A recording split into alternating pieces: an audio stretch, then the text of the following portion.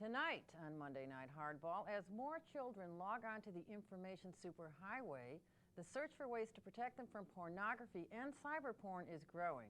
Should the government impose safeguards to protect our kids? We'll debate that question with Donna Rice-Hughes. She's the author of Kids Online and vice president of Enough is Enough, a group advocating government controls on the internet. And joining us from New York City is Chris Hansen, senior staff attorney with the ACLU. Welcome, Donna. Welcome, Chris, in New York. Thank you, Mary. It's good to see you both. Listen, I am not ashamed to admit this, I guess, that I feel a competing something here is competing in my philosophy, which is I'm a rabid anti-regulator or don't regulate in the first place versus a new mom with two kids, one of whom at age 3 already knows how to cyber surf. Is that what the issue is? Are we talking about free speech or protecting free speech versus protecting our kids, or is that a red herring description of the issue? Well, I think it is more of a red herring description. I don't think that we have to sacrifice children on the altar of the First Amendment. We've always protected children from pornography in the print and the broadcast medium.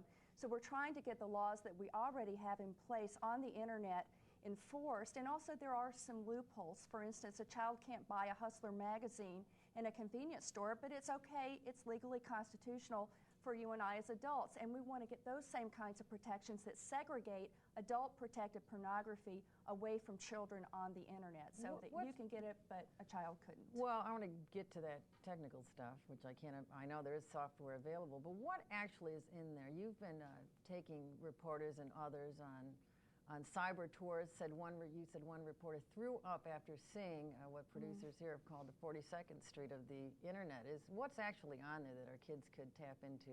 Well, it's far beyond airbrush nudity like the Playboy types of pornography that many of us think of. Kids can access for free, for instance, bestiality, pictures of women having sex with animals, excretory types of pornography, women being tortured and mutilated, and even child pornography.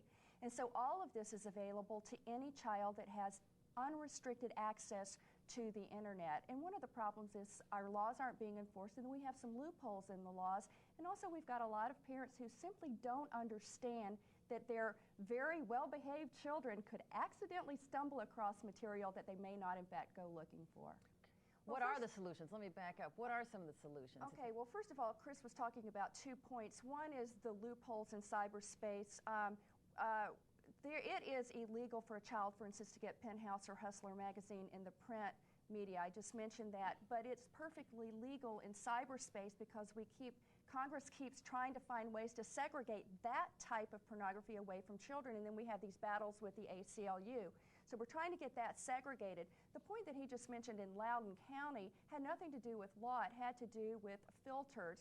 That particular library decided to screen pornography away from children in the library, and because filters are not perfect, oftentimes material may have been filtered out, but then if a patron couldn't get something that they should have been able to get, all they had to do was tell the librarian. So we believe that the solutions are three-pronged. First of all, parents do have a role. They need to teach their children safety and implement the software that's available to them. The same with schools and libraries.